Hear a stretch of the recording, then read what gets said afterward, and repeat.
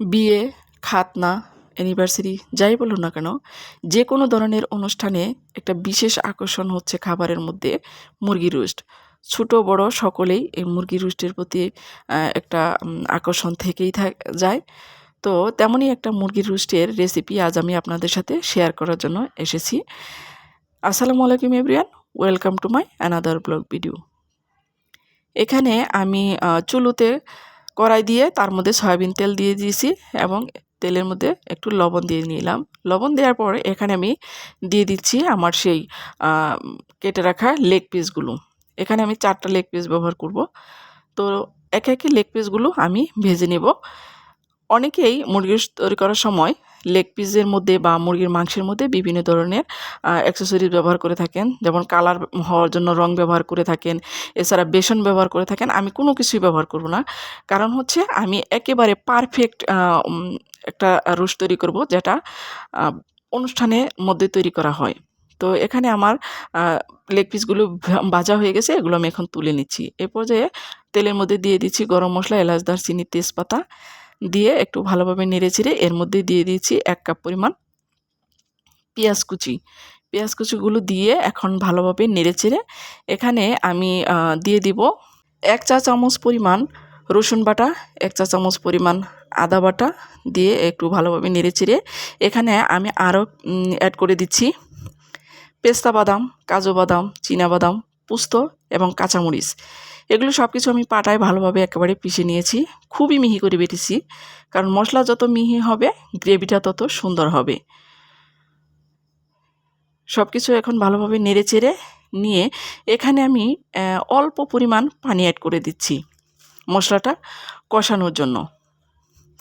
পানি দিয়ে এখন আমি ভালোভাবে নেড়েচেড়ে নিচ্ছি। এখানে আমি অন্য কোনো মশলা আর ব্যবহার করছি না।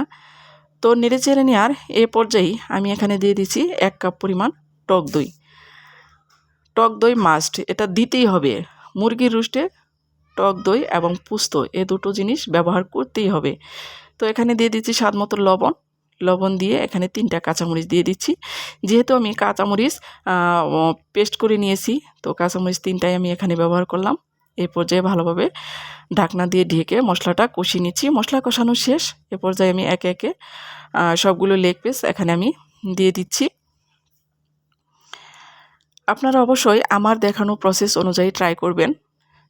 রেসিপিটা যেহেতু একজন পারফেক্ট বাবুর্চির কাছ থেকে নেওয়া, এটা আপনারা ট্রাই করে দেখবেন, খুবই ভালো লাগবে।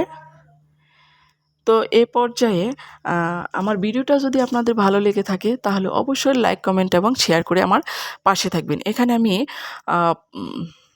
আরও একটু অল্প পরিমাণ পানি দিয়ে এবং সেখানে একটু চিনি অ্যাড করে দিয়েছি। চিনিটা দিয়ে দিচ্ছি রান্নার স্বাদটা বাড়ানোর জন্য। দিয়ে এখন এখানে আমি একটু জাল করে নিচ্ছি।